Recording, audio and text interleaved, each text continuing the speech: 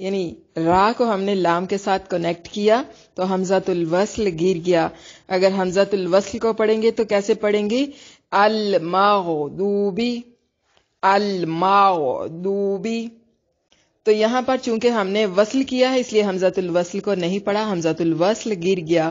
غیر المغضوب علیہم، علیہم. لئی حروف لینہ میں سے ہے یا لین ہے. ہم یہاں پر میم ساکن کا اظہار ہے، غنہ نہیں کریں گے. وَلَضَّالِّينَ،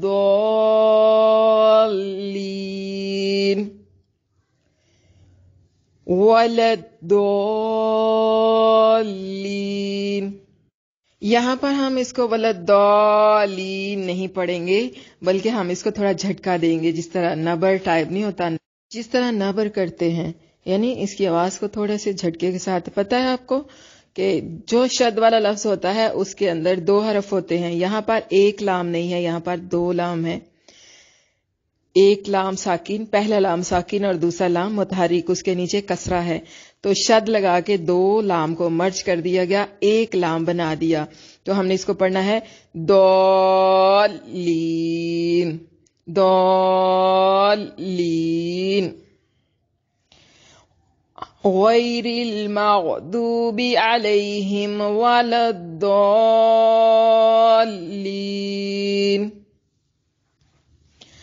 الحمد للہ رب العالمین الرحمن الرحیم مالک یوم الدین ایاک نعبد و ایاک نستعین اہدنا الصراط المستقیم صراط الذین انعمت علیہم غیر المغضوب علیہم ولا الضالین. آیت نمبر 7 میں دیکھیے ہم نے تا کو لام کے ساتھ کنیکٹ کیا، حمزۃ الوصل گر گیا. اگر حمزۃ الوصل سے شروع کریں تو ہم پڑھیں گے الذین. ہم نے الذین نہیں پڑھا کیونکہ ہم نے تا کو لام کے ساتھ کنیکٹ کر دیا تو حمزۃ الوصل گر گیا الذین. اسی طرح ولدالین، یہاں پر بھی ہم نے لا کو دود کے ساتھ یعنی لام کو دود کے ساتھ کنیکٹ کر دیا تو حمزۃ الوصل گر گیا. ہم نے حمزۃ الوصل کو نہیں پڑھا، حمزۃ الوصل عارضی حمزہ ہوتا ہے. اگر ہم حمزۃ الوصل سے شروع کریں گے تو پھر ہم پڑھیں گے الضا، الضا. تو اب ہم نے الضا نہیں پڑھا، الف پر فتحہ نہیں لگائی. کیوں بھلا؟ کیونکہ ہم نے لام کو ضاد کے ساتھ کنیکٹ کر دیا، وصل کر دیا، اور وصل کی صورت میں حمزۃ الوصل گر جائے گا. جی طالبات، یہ تو تھی ہماری سورۃ فاتحہ اور اس کے تجوید کے کچھ رولز. تو اب ہم انشاءاللہ اس کی تفسیر کی طرف آتے ہیں. سورۃ فاتحہ کی فضیلت پڑھیں گے ہم. بسم اللہ الرحمن الرحیم. سورۃ فاتحہ. سورۃ فاتحہ کے مختلف نام اور ان کے مختلف معنی بھی ہیں. اس سورت کو سورۃ فاتحہ اس لیے کہا جاتا ہے کہ اسے قرآن مجید کے آغاز میں لکھا جاتا ہے. اس کے علاوہ نمازوں کی شروعات بھی اسی سے ہوتی ہے. جب ہم نماز پڑھتے ہیں تو قرات سے پہلے ہم نماز کی ابتدا کس سے کرتے ہیں؟ سورۃ فاتحہ سے. اسے ام الکتاب بھی کہا جاتا ہے. ترمذی شریف میں روایت ہے کہ حضرت ابو ہریرہ رضی اللہ عنہ کہتے ہیں اللہ کے رسول صلی اللہ علیہ وسلم نے فرمایا الحمدللہ ام القرآن و ام الکتاب والسبع المثانی. سورۃ فاتحہ ام القرآن، ام الکتاب اور سبع مثانی یعنی بار بار پڑھی جانے والی 7 آیات ہیں. اس کو کس کو؟ سورۃ فاتحہ. سورۃ فاتحہ کو قرآن عظیم بھی کہا جاتا ہے. سورۃ فاتحہ کا نام الحمد بھی ہے. اسے الصلاۃ بھی کہتے ہیں. صلاۃ کا مطلب نماز. چونکہ اس سورت کے بنا نماز نہیں ہوتی اس لیے اس کا ایک نام الصلاۃ بھی ہے.